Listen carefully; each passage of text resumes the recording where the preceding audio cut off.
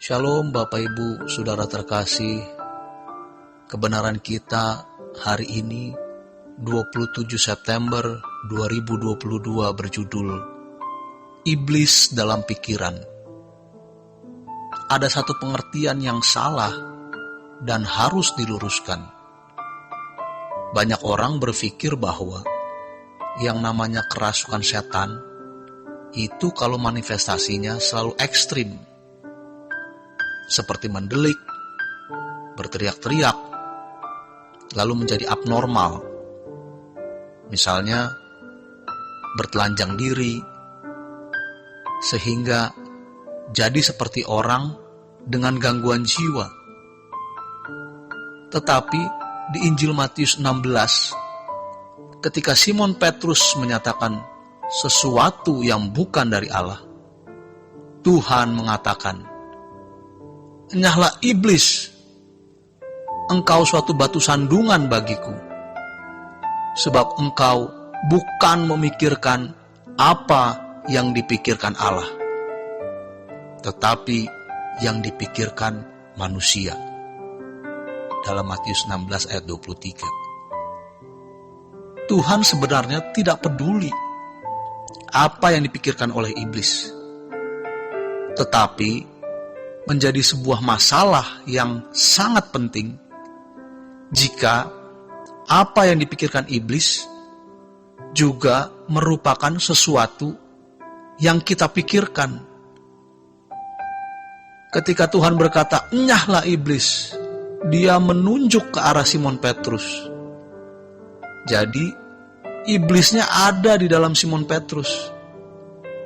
Tidak menunjuk ke batu atau objek benda yang lain, melainkan ke Simon Petrus. "Enyahlah iblis, engkau suatu batu sandungan bagiku." Artinya, kau menghalangi aku, sebab engkau bukan memikirkan apa yang dipikirkan Allah, melainkan apa yang dipikirkan manusia. Bukan apa yang dipikirkan iblis. Tuhan tidak peduli apa yang dipikirkan iblis, selama itu tidak menjadi pikiran kita. Jadi, kita tidak boleh memikirkan apa yang tidak dipikirkan Allah, karena itu berarti pikiran iblis. Kita harus teliti dan memeriksa diri. Apakah yang kita pikirkan itu benar-benar pikiran Allah atau pikiran manusia? Maka jangan menonton tontonan yang tidak perlu, film-film yang tidak perlu, acara hiburan yang tidak mendidik, tayangan yang tidak berguna, berita-berita yang tidak penting. Jangan dilihat, sebab itu bisa membangun pikiran iblis di dalam kita. Terlalu sering atau banyak melihat iklan, kita bisa terpengaruh. Apalagi kalau memang tidak punya dana untuk membeli sesuatu. Tidak perlu melihat iklan produk yang bisa membuat kita mengingini barang tersebut. Apalagi kalau lihat film-film yang tidak patut, film porno, film-film yang adegannya seronok, beradegan seks, berciuman, dan sebagainya. Itu akan membangun pikiran iblis.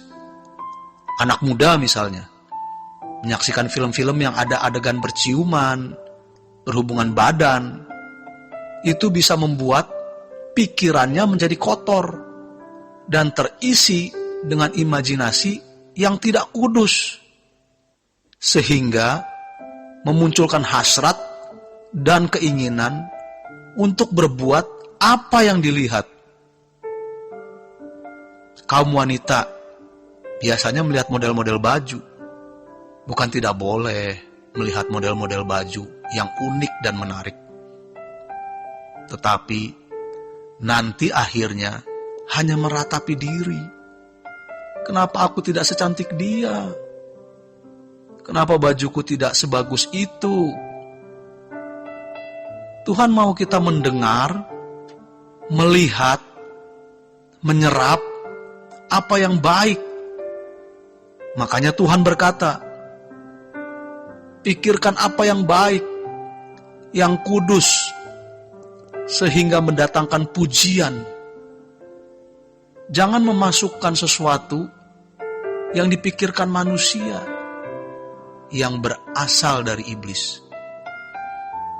Kalau yang dipikirkan manusia pada umumnya yaitu filosofi dari kuasa kegelapan, bagi anak Allah tidak boleh. Ini dalam konteks anak-anak Allah, bukan dalam konteks orang-orang non-Kristen. Kita harus menjadi bejana Tuhan, sebab tuntutan untuk orang percaya itu sempurna seperti Bapa, serupa dengan Yesus. Standar orang Kristen yaitu, hidupku bukan aku lagi, tetapi Kristus yang hidup di dalam aku. Itu baru namanya rohani. Lalu bagaimana dengan orang di luar Kristen? Itu bukan urusan kita dan tidak perlu kita bahas. Kita hanya membahas diri kita yang telah dibeli oleh Tuhan Yesus dengan harga yang lunas dibayar. Kepada kita, Tuhan berkata, kamu bukan milik kamu sendiri. Kamu harus menjadi bait Roh Kudus. Kalau kita menjadi bait Roh Kudus, artinya seluruh hidup kita harus dipenuhi oleh Roh itu.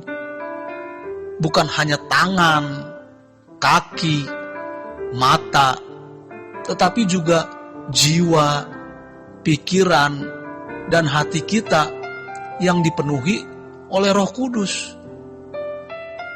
Kita sering berkata, Tuhan, penuhi aku dengan Roh Kudus.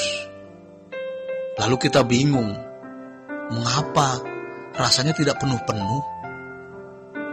Masalahnya bukan terletak pada Roh Kudus. Masalahnya ada pada kita. Sebab kita tidak mau mengosongkan bejana hati. Kita tetap saja memasukkan apa yang bukan dari Allah. Kalau kita memasukkan apa yang bukan dari Allah, berarti kita tidak memberi tempat bagi Tuhan, tetapi memberi tempat bagi dunia. Malaikat-malaikat juga malas mengikuti orang percaya yang mulut dan pikirannya jorok, apalagi hidup dalam dosa. Kalau kita hidup suci, tegangan kita pasti menjadi lebih tinggi. Kalau ada pikiran kotor sedikit saja, langsung akan terasa tidak sejahtera. Apapun yang kita pikirkan yang membuat kita tidak bisa menjadi rohani, apapun yang kita pikirkan yang membuat kita tidak bisa menjadi serupa dengan Yesus, apapun yang kita pikirkan yang membuat kita tidak bisa berkata, hidupku bukan aku lagi, tetapi Kristus yang hidup di dalam aku, itu iblis. Kita harus memeriksa semua keinginan dan rencana-rencana kita, sehingga betul-betul sesuai dengan pikiran Allah. Demikian kebenaran kita hari ini. Selamat berjuang untuk hidup sepikiran dengan Allah. Tuhan Yesus memberkati.